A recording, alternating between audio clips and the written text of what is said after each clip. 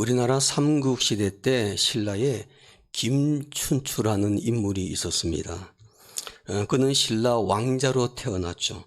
그래서 신라의 그 계급으로 말하면 성골 계급에 속한 사람이었습니다. 성골은 신라 문제에서 부모가 양쪽 다 모두 왕족 혈통일 때 붙여지는 직위입니다. 그래서 성골은 한마디로 말하면 왕위에 오를 수 있는 최고의 신분입니다.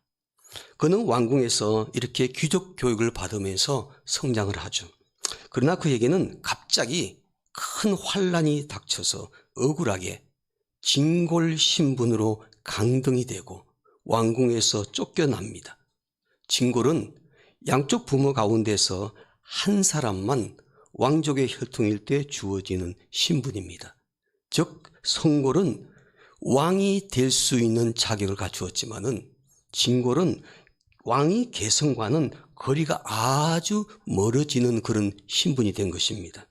이쯤 되면은 그 당시 왕자들은요, 모든 것을 다 포기하고 절망감 때문에 음주가무에 빠져서 무기력한 생활을 하게 되죠. 그러다가 왕궁에서 사약을 보내게 되면은 그 사약을 받고 요절하는 게 그 당시 대부분의 왕자들의 삶이었습니다. 그러나 김춘추에게 찾아온 이 광야 생활은요, 훗날 자신에게도 큰 축복이 되었고 신라에게도 축복이 되는 결과를 가져왔습니다. 김춘추에게 닥친 왕궁 밖 광야 생활은 그 당시 김유신이란 인물을 만나는 계기가 되었죠. 그는 세상 광야에서 김유신과 함께 화랑들과 어울림해서 훗날 뜻을 같이 할 동료들을 규합하게 됩니다. 무엇보다도 신라의 바닥 민심을 읽어낼 수 있는 그런 능력을 가진 지도자로 세움을 받게 됩니다. 훗날 그는요, 신라 제29대 태종 무일왕이 되어서 마침내 삼국을 통일해서 통일 신라 시대를 여는 왕이 됩니다. 성경에 보게 되면은 이 김춘추와 비슷한 인생을 살았던 인물이 있습니다. 모세입니다. 모세는요, 우리가 잘 아는 것처럼 애굽 왕궁에서 왕자로서 40년 동안 로얄 교육을 받은 사람이었습니다. 그리고 그는 억울하게 광야에서 쫓겨나서 40년 동안 연단받는 세월을 보내게 되죠. 마침내 마지막 40년은 하나님의 부르심을 받아 이스라엘 백성들을 출애굽시키고 광야 생활 40년을 이끄는 지도자가 되었죠. 모세에게 광야 생활은 어떤 의미가 있는가? 광야 생활 40년은 낭비의 시간이 아니었다는 겁니다. 하나님께 쓰임받는 준비의 시간이었고 훗날 이스라엘 백성들에게는 축복의 시간이 되었습니다. 사람들은 누구나 모든 일이 잘 되고 형통하기를 바라고 있죠. 그러나 인생의 길을 가다 보면은 항상 형통한 길만 가는 것은 아닙니다. 좋은 길도 있고 형통한 길도 있지만 때로는 가시밭길 같은 광야 길을 갈 때도 많습니다. 요즘 여러분들의 인생 길을 걸어가고 올 때 어떤 길을 걸어가고 있다고 생각하십니까? 좋은 길이십니까? 형통한 길이십니까? 아니면 가시밭길입니까? 아니면 광야 길을 가고 계시는지. 지금 여러분이 좋은 길, 형통한 길을 걷고 있다면요, 무엇보다도 하나님께 감사하시기를 바랍니다. 모든 일이 잘 되고 형통한 삶을 살고 있는 것에 대해서 하나님께 감사하는 성도가 되셔야만 합니다. 그러나 만약 지금 형통한 길을 걷고 있는 것이 아니라 가시밭길, 광야의 길을 걷고 있다면 하나님께서 나에게 왜 그런 길을 걷도록 하시는지 깊이 생각해 보시기 바랍니다. 사람들은 뜻하지 않은 광야 길을 걸어가게 될 때 대부분의 사람들은 불평하고 원망을 합니다. 내가 왜 이런 고통을 받아야 하는지, 내가 왜 이렇게 어려운 시련을 겪어야 하는지, 내가 왜 이렇게 힘든 인생을 살아야 하는지 그 이유를 알지 못할 때 우리의 삶이요 더 힘들어지는 것을 보게 되죠. 그래도 고통과 시련을 겪는 이유를 어렴풋이 알기만 해도 우리는 그 시련을 견뎌낼 수가 있고 문제를 해결할 수도 있습니다. 여러분이 지금 광야의 길, 고통과 고난의 시련의 길을 걷고 있다면 그 이유가 무엇인지 알고 계시는지요? 본문에 보니까 모세와 이스라엘 백성이 고통과 시련의 길, 광야의 길을 걸었던 이유에 대해서 설명을 하고 있죠. 이스라엘 백성들은 모세를 통해서 애굽에서 구원을 받았습니다. 430년 동안의 노예 생활을 다 청산하고 그들이 구원을 받고 광야에서 이제는 가나안 땅이 약속된 곳, 젖과 꿀이 흐르는 땅으로 행진하게 됩니다. 축복의 땅이었죠. 하나님께서 약속하신 축복의 땅 가나안에 곧바로 들어간 것이 아니라 40년이라는 광야 길을 걸어야만 했습니다. 원래는 애굽 땅에서 나와가지고 하나님께서 약속하신 축복의 땅 가나안 땅에 들어가는 길의 코스는요 3가지 경로가 있었습니다. 첫 번째 경로는 남쪽으로 가는 것입니다. 남쪽 통로는 고센 땅을 통해서 지중해를 건너서 블레셋 땅으로 통과해서 들어가는 길이 하나가 있습니다. 또 하나의 두 번째 길은 중앙 통로로 직진하는 길입니다. 이것은 고센 땅에서 숫곳을 지나 술광야로 바로 중앙을 통과해야 되고 가장 짧은 시간에 가는 길이었습니다. 세 번째 길은 서쪽 통로입니다. 고센 땅에서 홍해를 건너서 시내 광야로 해서 서쪽으로 빠져가는 길이 있는데 이 3가지의 길 가운데서 가장 힘들고 어렵고 고통스러운 길은요 마지막 3번째 서쪽으로 가는 길이었습니다. 서쪽 길이 가장 힘든 길이었습니다. 그런데 하나님께서 이스라엘 백성들을 어떤 길로 인도하셨냐면요. 첫 번째도 아니고 두 번째도 아니고 3번째 길로 인도하셨다는 겁니다. 가장 쉬운 길 놔두고 가장 어려운 길, 힘든 길, 고통스러운 길로 이스라엘 백성들을 인도해 가셨습니다. 이 3가지 길 중에 가장 힘들고 어려운 길을 택해서 이스라엘 백성들을 인도하셨는데 그 길을 가보니까 가는 곳곳마다 물도 없습니다. 먹을 음식도 없습니다. 심지어는 거칠고 메마른 광야길에서 적들도 많이 만나게 됩니다. 하나님은 그 광야길로 모세와 이스라엘 백성들을 인도해 가셨습니다. 그렇다면 하나님께서 이스라엘 백성들을 애굽의 노예 생활에서 구원의 젖과 꿀이 흐르는 가나안 땅, 축복의 땅으로 들어가게 하신다고 말씀해 놓고 왜 이렇게 힘들고 어려운 광야 길로 인도에 가시게 되셨을까? 그것도 40년 동안 광야 길을 걷게 만드셨습니다. 애굽에서 가나안 땅까지 중앙 통로로 직선거리로 가게 되면요 단 10일이면 갈 수 있는 길인데 그런데 무려 40년이라는 세월이 흐르게 됩니다. 그들은 40년 동안 고난과 시련과 고통의 길, 광야의 길을 걸어가야만 했습니다. 오늘날 우리의 인생도 모세와 이스라엘 백성들처럼 광야 길을 걸어갈 때가 있습니다. 그 인생 광야 길은 형통한 길이 아니라 고난과 고통과 시련의 길이기도 합니다. 이스라엘 백성들이 광야 길을 가다가 마라라는 곳에 이르렀을 때 쓴물을 맛보아야 했죠. 우리가 인생을 걷는 길도 광야 길을 걷다 보면은 인생 쓴물을 마실 때가 많이 있습니다. 여러 가지 가정의 문제, 직장의 문제, 학교의 문제, 내 인생의 목표를 놓고 달려가는 그 길에 인생의 썸물을 경험하는 경우가 많이 있죠. 먹을 양식이 없어서 배고픔을 겪기도 합니다. 물질적인 궁핍함을 경험하는 사람도 많습니다. 아멜렉 사람들의 공격도 받게 됩니다. 나를 반대하고 대적하는 사람들 때문에 고통받고 직장과 일터에서 힘들어하는 경우가 종종 있습니다. 하나님께서 왜 이스라엘 백성들을 40년 동안 광야의 길을 걷게 하셨을까? 하나님께서 왜 나에게 이런 힘든 인생 광야의 길을 걷게 하시는 것일까? 항상 모든 일이 잘 되고 형통한 길을 가게 하시면 우리가 더 하나님을 잘 믿고 더 열심히 봉사하고 예배도 더 잘 드리고 신앙생활을 더 잘할 수 있을 것인데 왜 이토록 고난의 길, 고통의 길, 시련의 길, 광야 길을 걷게 하시는 것일까? 이 물음에 대한 답이 오늘 본문 말씀 속에 나와 있습니다. 본문 말씀에 보이는 모세와 이스라엘 백성을 하나님께서 40년 동안 어렵고 힘든 광야 길을 걷게 하신 이유에 대해서 말씀하고 있는 것을 보게 됩니다. 하나님께서 왜 이스라엘 백성들을 40년 동안 그 힘든 좋은 길 놔두고 형통한 길 놔두고 왜 그 힘든 광야 길을 걷게 하셨을까요? 그 이유가 무엇일까요? 첫째로 하나님께서 광야 길을 걷게 하신 이유는 겸손하게 하나님을 의지하라는 것입니다. 겸손한 마음으로 하나님을 전적으로 의지하라는 것, 이것이 바로 광야 생활의 첫 번째 교훈입니다. 오늘 본문 2절 말씀 우리 다 함께 읽겠습니다. 2절입니다. 내 하나님 여호와께서 이 40년 동안에 내게 광야 길을 얻게 하신 것을 기억하라. 이는 너를 낮추시며 너를 시험하사 내 마음이 어떠한지 그 명령을 지키지 않는지 알려 하심이라. 아멘.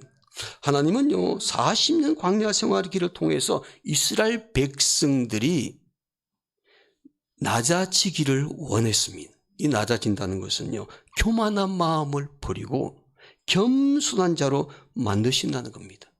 40년이라는 동안은 고난과 고통과 시련의 광야 길을 걷게 하셨는데 그 이유는 이스라엘 백성들로 하여금 겸손하게 되어서 하나님을 의지하게 하기 위함이라는 것입니다. 하나님은요 교만한 사람 절대 쓰시지 않는 것 잘 아시지 않습니까?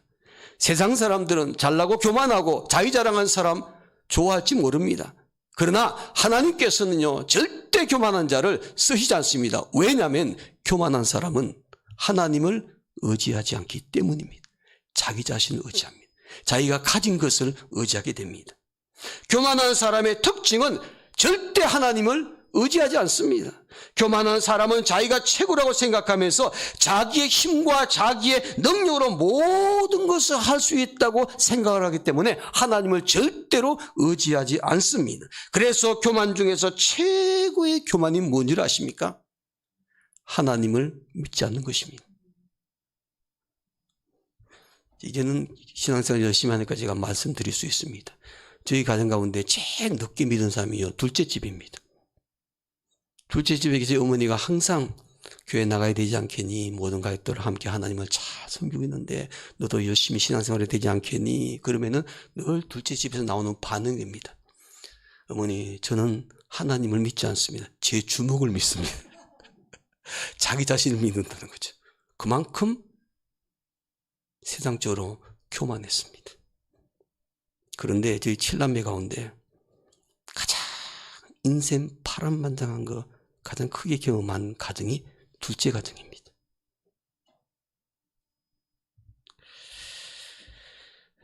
하나님 보시기에 하나님 믿지 않고 하나님 없이도 살 수 있다고 생각하는 사람은요 하나님 보실 때 가장 교만한 사람입니다. 하나님 없이 난 살 수 있어. 하나님 없어도 난 충분히 내 인생 성공할 수 있어. 이렇게 말하는 사람, 세상 사람들이 바라볼 때는 대단한 사람처럼 보이지만요 하나님이 바라보실 때는 교만한 사람입니다. 하나님을 의지하지 않기 때문이죠. 그래서 초대교회 위대한 신학자 성 아구스틴스는요 모든 죄악의 시작은 교만에서부터 시작된다고 그랬습니다. 교만에서부터. 미국의 유명한 신학자 라인홀드 니브도 기독교가 말하는 원죄가 무엇인가? 바로 그것은 교만이라고 했습니다. 불신앙의 근본은 교만 때문이라는 것입니다.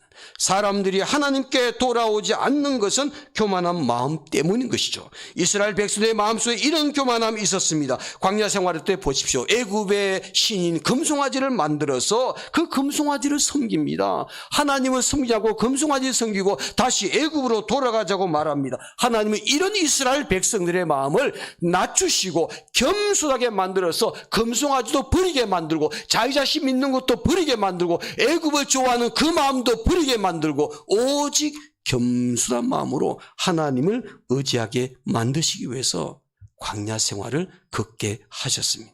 이스라엘 백성들은 고난과 고통과 시련의 광야길을 걸으면서 더욱 낮아졌습니다. 그래야 겸손한 사람이 되어서 전적으로 하나님을 의지하며 하나님께 쓰임받을 수가 있습니다. 겸손한 사람이 하나님을 의지하며 겸손한 사람이 하나님께 쓰임받을 수 있는 줄로 믿습니다. 우리가 성지순례 할 때 보면요, 종교개혁지를 가는 경우가 많이 있습니다. 주로 종교개혁지의 첫 출발은 물론 프랑스에서 시작하지만은 그러나 가장 강력한 영향을 미쳤던 스위스 제네바에서부터 시작할 때가 많습니다. 근데 제네바에 시작할 때 첫 번째 가는 곳이 어디냐면은 제네바에 있는 한 공원을 가는데 그 공원에 종교개혁자들의 그 형상들이 있는 돌들이 많이 있습니다. 그러면 그 다음에 가는 곳이 누구냐면 스위스 제네바 엄청나게 종교에 영향을 미쳤던 깔뱅의 무덤을 찾아갑니다. 그런데 이 깔뱅의 무덤을 찾아갈 때 사람들이 잘 찾아가지를 못해요. 여긴가 저긴가 하고 헤맵니다. 저도 갈 때 저를 인도했던 그분이요, 여기 같은데 하고 계속해서 빙빙 돌다가 여기군요, 겨우겨우 찾았습니다. 그 이유는 깔뱅이의 무덤이 있는 바로 그곳에는요, 묘비가 없습니다. 이게 깔뱅이의 무덤인지 알 수가 없어요. 그래서 낙엽이 쌓인 곳을 이렇게 치워보니까 땅바닥에 작은 돌 하나가 박혔는데 거기에 깔뱅을 상징하는 JC 글자가 써 있습니다. 스위스를 그렇게 위대하게 바꿔놓았던 깔뱅, 왜 사람들이 그를 그렇게 대접하게 될까요? 그 이유는 깔뱅이 죽을 때 유언을 했기 때문입니다. 그는 이렇게 유언합니다. 내 무덤에 묘비를 세우지 말라.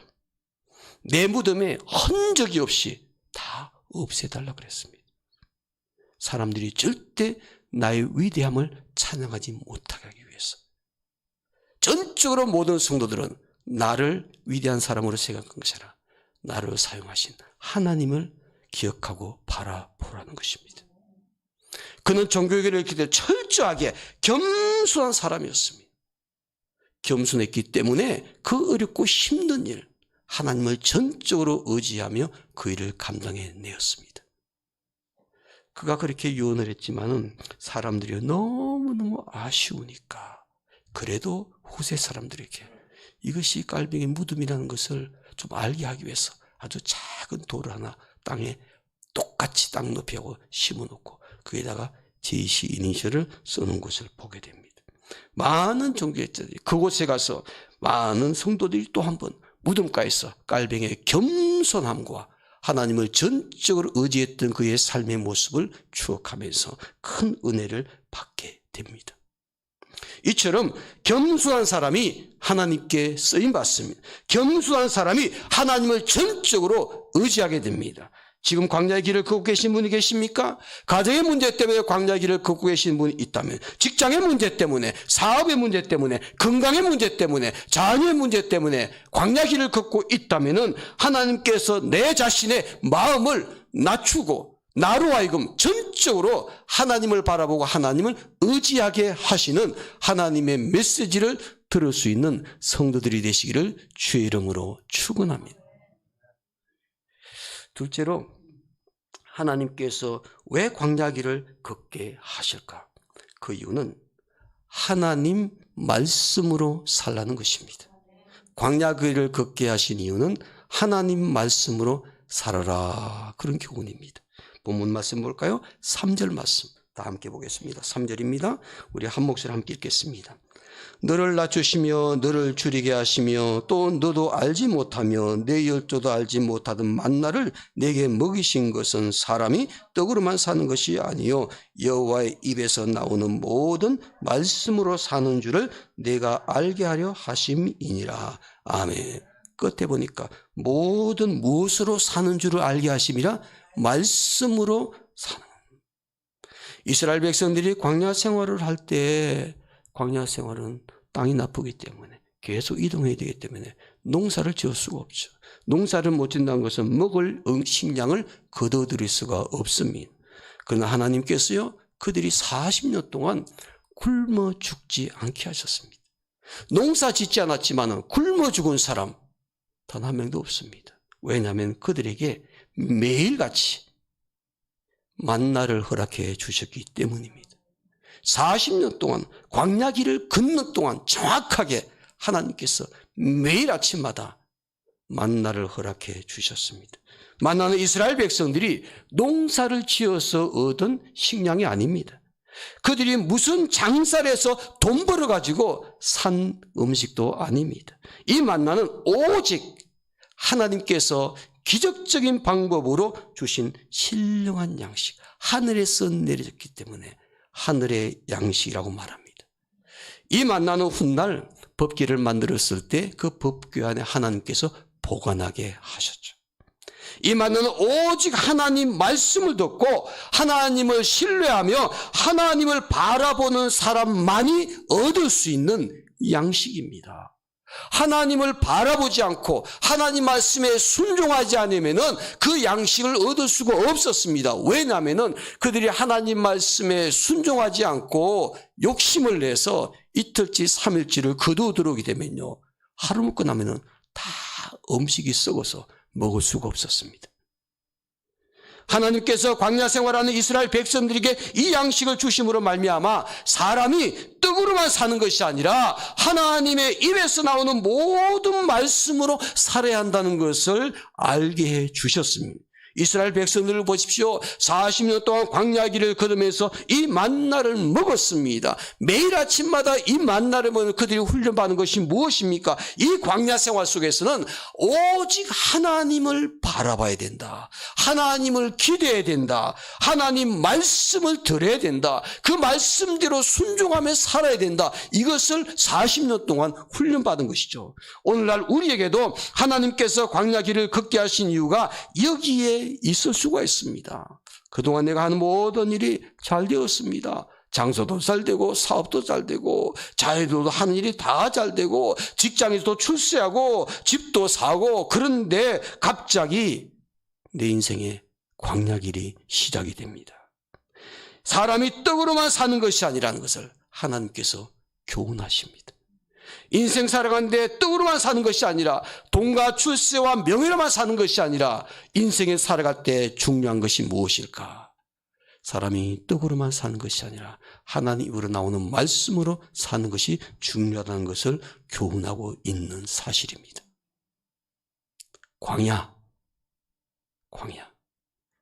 광야는 별로 우리에게 좋은 느낌이 없습니다. 광야 떠오르면 없는 것이 너무나 많고 불편하고, 광야 여행하자면 아는 사람 아무도 없습니다. 이스라엘 성지순례 가서도 광야 체험이라는 게 있습니다. 처음에 사람들이 신나가지고 휘파람 불며 나갑니다. 1시간도 걷지 못하고요, 허걱거리고 불평합니다. 그러면서 깨닫습니다. 와, 모세와 이스라엘 백성들이 어떻게 40년을 살았을까? 그러니까 하나님의 은혜인 거죠. 사람의 능력, 사람의 생각, 사람의 의지 가지고는 살 수가 없습니다. 하나님의 은혜로 살았기 때문에 광야 생활 40년을 보낼 수가 있었던 것이죠. 그래서 광야, 이 말의 히브리어 단어가 뭐냐면 미드바르라 그럽니다. 미드바르. 이 미드바르라는 히브리어는요, 어떤 뜻이냐, 말한다, 말하다, 그런 뜻을 가지고 있습니다. 이 단어가 어디에서 왔냐면요, 중요한 단어입니다. 다바르라는 단어에서 시작이 됐습니다. 이 다바르는 뭘 말하냐면 히브리어로 하나님 말씀을 말합니다. 사람의 말이 아니라 하나님 말씀이 다바르의 뜻은 말씀, 하나님의 말씀이죠. 이 말씀의 어근을 보게 되면은 광야는 어떤 곳인가? 하나님께서 말씀하시는 곳입니다. 광야는 어떤 곳인가? 하나님 말씀으로 살아야 되는 곳입니다. 이 광야를 어떻게 살아야 될까요? 하나님께서 광야 생활 때 우리에게 말씀하시는 하나님의 음성을 듣고 그 하나님 말씀을 붙잡고 살아가는 것이 바로 광야 생활이라는 것입니다. 그래서 여러분, 광야 생활할 때 하나님 말씀 듣지 않고 하나님 말씀 붙잡지 않으면요, 살기가 너무 힘듭니다. 아니요, 살 수가 없습니다. 오늘 저와 여러분들이 영적인 광야 생활, 성경에서 광야 생활을 우리가 세상 속에 살아가는 것을 비유하고 있죠. 우리가 구원받고 영적 하나님 천국에 가기 전까지 광야 생활을 하는데, 이 모든 광야 생활은 무엇으로 살아야 되는가? 끊임없이 하나님 말씀을 들어야 되고 그 말씀에 순종하며 살아야 되는 것이 바로 광야 생활의 본질이라는 것입니다. 광야 생활은 내 지혜로 사는 것이 아닙니다. 광야 생활은 세상 경험으로 사는 것이 아닙니다. 광야 생활은 물질로 사는 것 같기도 하고 내 지식과 명예 가지고 사는 것 같기도 하고 심지어는 자기의 지혜 가지고 사는 것 같지만은 사실은 하나님 말씀을 듣는 것이 광야 생활이고 그 말씀 붙잡고 사는 것이 광야 생활입니다. 그래서 이스라엘 백성들을 하나님께서 광야를 걷게 하시면서 철저하게 말씀대로 살게 만들어 주셨습니다. 사랑하는 여러분, 오늘 저와 여러분들이 광야 생활하고 있습니다. 영적 광야 생활, 우리가 천국 갈 때까지 이 영적 광야 생활 몇 년 할지는 알 수가 없지만은 그 광야 생활에 좋은 길도 있지만은 우리를 힘들게 하는 길도 있습니다. 우리를 고통스럽게 하는 길도 있습니다. 내 마음을 꺾고 좌절감을 느끼게 만드는 그런 광야 길도 있을 수가 있습니다. 꼭 기억하십시오. 광야 생활은 하나님이 말씀하시는 곳, 하나님 말씀 붙잡고 말씀대로 사는 곳. 오늘 저와 여러분들이 그 광야 생활에서 하나님 말씀대로 사는 성도들로 훈련받는 모습으로 주 앞에 서야 될 줄로 믿습니다. 우리가 너무나 잘 아는 성경 다음으로 가장 많이 읽힌 책이 있죠. 기독교서죠. 철로역정입니다. 성경 다음으로 가장 많이 번역이 됐고 가장 많이 읽힌 책입니다. 이 철로역정은요, 존 버넬이라는 침례교 신자가 감옥 속에 있을 때 이 철로역정이라는 책을 썼는데, 다시 말하면 감옥이라는 광야에서 이 책을 쓰게 되었습니다. 베스트셀러가 되었습니다. 그는 형무소에서, 감옥에서 복역기간을 다 끝나고 난 다음에, 물론 억울하게 기독교 신앙 가지고 살다가 그의 감옥에 갔지만은 그는 복역기간이 다 끝난 다음에 출소하면서 그는 이렇게 말을 합니다. 감옥에서 그 많은 세월을 허비한 후에야 비로소 성경 안에 모든 답이 들어있다는 것을 발견했습니다. 성경 안에서 나의 모든 인생에 걸어가야 될 길을 깨닫게 되었습니다. 그는 감옥이라는 광야 생활에서 그걸 경험하면서 하나님 말씀이 얼마나 절실하게 필요한지를 깨닫게 되었던 것이죠.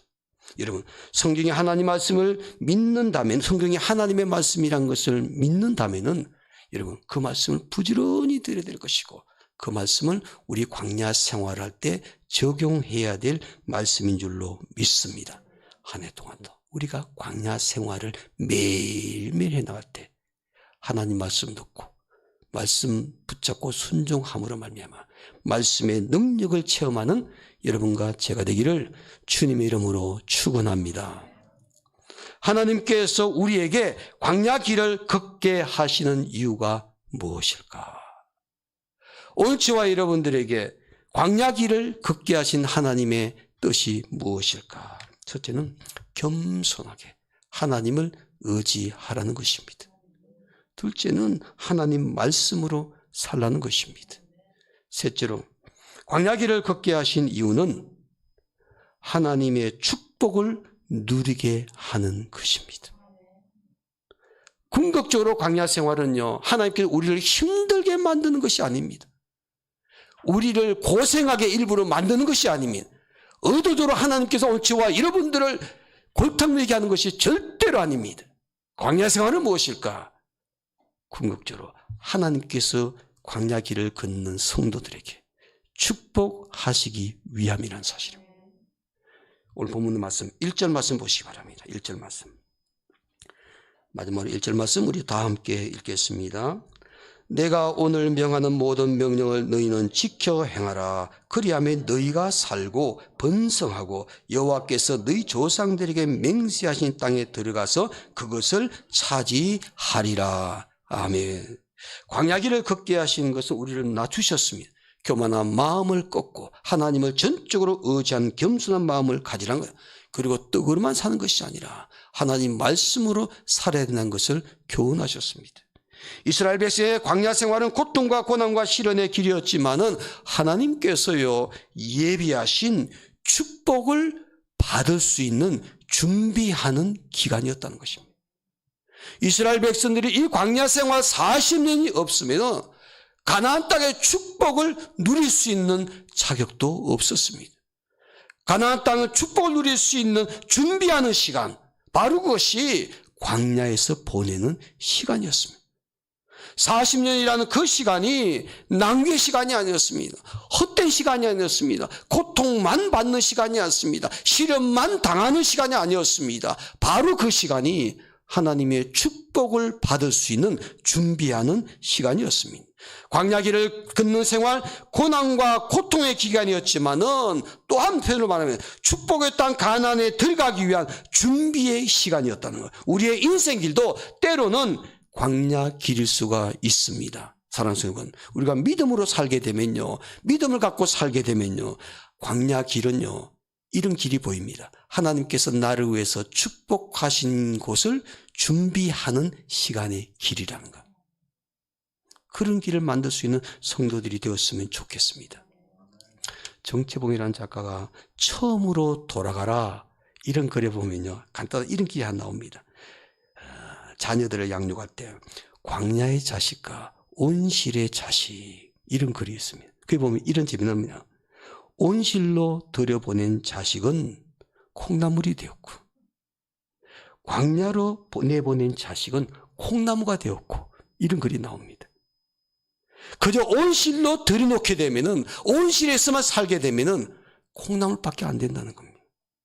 그러나 광야의 길을 보내놓으면은, 험악한 그 길을 보내면은 고생스럽지만 나중에는 콩나무가 되어서 더 많은 콩을 사람들에게 제공한다는 것입니다. 사랑하는 여러분, 오늘 저와 여러분들의 믿음은 콩나물 만드는 믿음이 아니라 콩나무를 만드는 믿음이 되기를 원합니다. 미국의 피터 마실은 만일 하나님께서 우리로 하여금 고난으로부터 엄청난 축복을 얻게 하시는 특별한 계획이 없으시다면 우리에게 어떠한 고난도 허용하시지 않는다, 그렇게 말합니다. 이 말은 하나님께 우리에게 여러 가지 고난의 길을 걷게 하신 이유는요, 우리에게 축복하실 계획이 있기 때문이라는 것입니다. 오늘 저와 여러분들이 믿음으로 그 길을 꼭 붙잡을 수 있게 되기를 바랍니다. 그 기회를 놓치지 않게 되기를 바랍니다. 하나님께서 우리에게 고난을 허락하신 것은 엄청난 축복을 하시기 위함이라는 것을 깨달을 때, 우리가 연단받으면 연단받을수록 하나님께 더 큰 은혜와 사랑과 축복을 넘치게 채워주시는 것을 깨닫게 되기를 원합니다. 연단받고 인내하고 끝까지 기도하면서 하나님께서 내게 허락하신 축복을 꼭 붙잡고 누릴 수 있는 그런 성도들이 되었으면 좋겠습니다. 광야길은 바로 그런 하나님의 놀라운 축복을 붙잡을 수 있는 기회가 됩니다. 제가 한 번은 원예사들이 꺾고지 않은 거, 그 양재동에서 얘기를 들었는데 제가 깜짝 놀랐습니다. 이 꺾고지가 해놓으면 뿌리가 나오지 않습니까? 근데 이 꺾고지를요, 좋은 땅, 기름진 땅에 심어 놓지 않고 물이 싹싹 빠져버리고 영양분이 전혀 없는 모래 땅에다가 심어서 꺾고지 뿌리를 내린다고 하죠. 우리가 상식으로 생각하면은 아주 거름도 많고 물도 잘 들어오고 영양분이 풍성한 곳에다가 뿌리를 딱 내려놓으면은 그냥 잘 자랄 텐데 왜 좋은 땅에 하지 않고 왜 그렇게 나쁜 땅에다가 꺾고지를 하게 될까 궁금했습니다. 그랬더니 그분이 하시는 말씀이, 좋은 땅에다가 이게 해놓으면요, 나중에 이것이 다른 땅에 옮겨가게 되면은 웬만한 땅에서 자라지는 못한다는 거예요. 너무 좋은 환경에서 자랐기 때문에, 그런 곳에서 뿌리를 잘 내렸기 때문에 그가 웬만한 나쁜 땅이나 아니면 더 힘든 땅에 가게 되면 뿌리를 내지 못하고 힘들어하고 몸살을 한다는 거예요. 그런데 그것이 할 때 모래땅, 나쁜 땅에다가 탁 심어가지고 그 힘든 땅에서 견디게 만들고 뿌리를 내리게 만들고 그리고 자리를 잡게 되면요, 그 나무는요 어디를 가더라도 절대로 죽지 않고 잘 자란다는 거예요. 그래서 지혜로운 원예사는 모래 땅에다가 꺾어지라고, 그 나무가 뿌리가 이렇게 나면 아니야, 나는 이 땅에서도 살아야 돼, 나는 살아남아야 돼, 막 얘기를 하면서 막 뿌리를 내리면서 자라면은 그 나무는 어디 가더라도 아주 잘 자라고 큰 나무가 될 수 있다고 하는 거죠. 여러분, 우리가 대관령에 가게 되면은 무엇을 먼저 보십니까? 전 내 눈에 들어오는 게 그게 하나 있습니다. 황태. 다 횡결한 곳에 가게 되면 황태 덕장이 많이 있지 않습니까? 왜 황태 덕장이 따뜻한 여름에 안 하고 그 한겨울에 할까? 그리고 좋은 날씨 가운데 사지 않고 왜 그렇게 혹독한 추운 곳, 바람도 세고 그런 횡계 같은 데다가 해야만이 그게 최고의 상품, 가장 육즙이 좋은 황태가 될 수 있을까? 당연하지 않습니까? 기온이 영하 10도, 20도 막 떨어졌다가 올라갔다가 막 바람도 몰아치고 눈도 오고 아주 혹독한 환경에서 말려진 황태. 최고의 상품, 맛있는 겁니다. 사랑하는 여러분, 오늘 저와 여러분들이 우리의 삶 속에 광야 길을 걸어갈 때 불평만 하는 성도들이 되지 않게 되기를 원합니다. 하나님께서 나라에 왜 이 힘든 광야 길을 걷게 하실까? 하나님께서 왜 우리의 가정을 이렇게 힘들게 광야 길을 걷게 하실까? 하나님께서 왜 나로 하여금 사업장에 이 광야 길을 걷게 하실까? 믿음의 사람이라면 광야 길을 걷게 하신 하나님의 마음을 읽을 수 있는 성도들이 되기를 원합니다. 그것은 바로 겸손하게 하나님을 의지하는 것, 하나님 말씀으로 사는 것, 그리고 하나님의 축복을 누릴 수 있는 준비 시간이라는 것을 기억하고 우리의 모든 광야 생활을 즐겁고 기쁜 마음으로, 믿음으로 잘 감당할 수 있는 우리 성도들이 되시기를 주의 이름으로 축원합니다. 기도하겠습니다.